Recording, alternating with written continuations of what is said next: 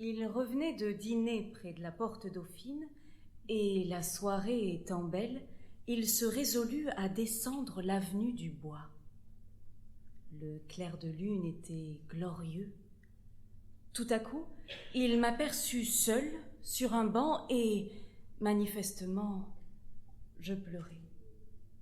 Il n'en put douter quand, au bruit de ses pas, je redressai la tête et qu'il vit briller des larmes sur mes belles joues.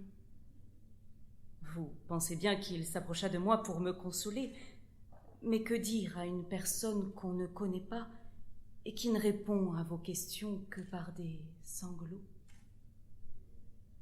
Je finis par accepter ses offres, ainsi qu'une voiture, en sorte que le lendemain matin, j'avais passé la nuit dans son lit et lui dans son fauteuil à écouter mes larmes.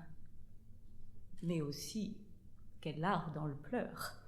Non, les roucoulements de la tourterelle au fond d'un bois d'automne humide et voluptueux ne sont que grincements et cacophonie en comparaison.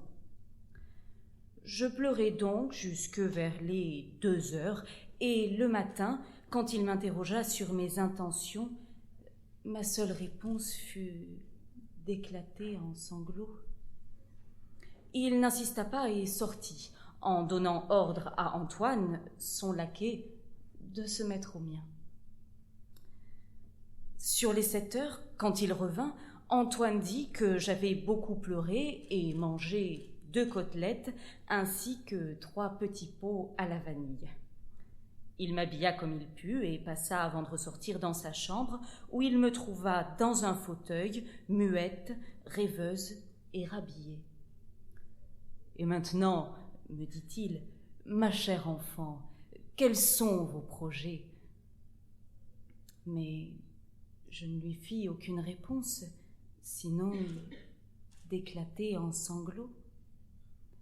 Il me quitta et, comme ma présence chez lui, sans lui être désagréable, lui était un peu gênante, il passa la nuit dehors le plus sottement du monde.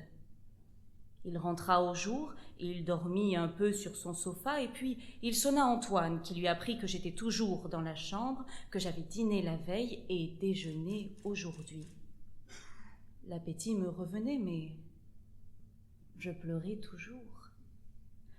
« En définitive, me dit-il en me baisant la main, je suis trop heureux de vous donner l'hospitalité, mais si vous désirez me faire l'honneur d'en user encore, il y aurait peut-être quelques arrangements à prendre à nous deux. » Là-dessus, j'éclatai en sanglots.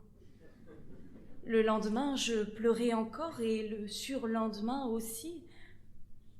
Il partit pour Spa, où il passa 4 jours.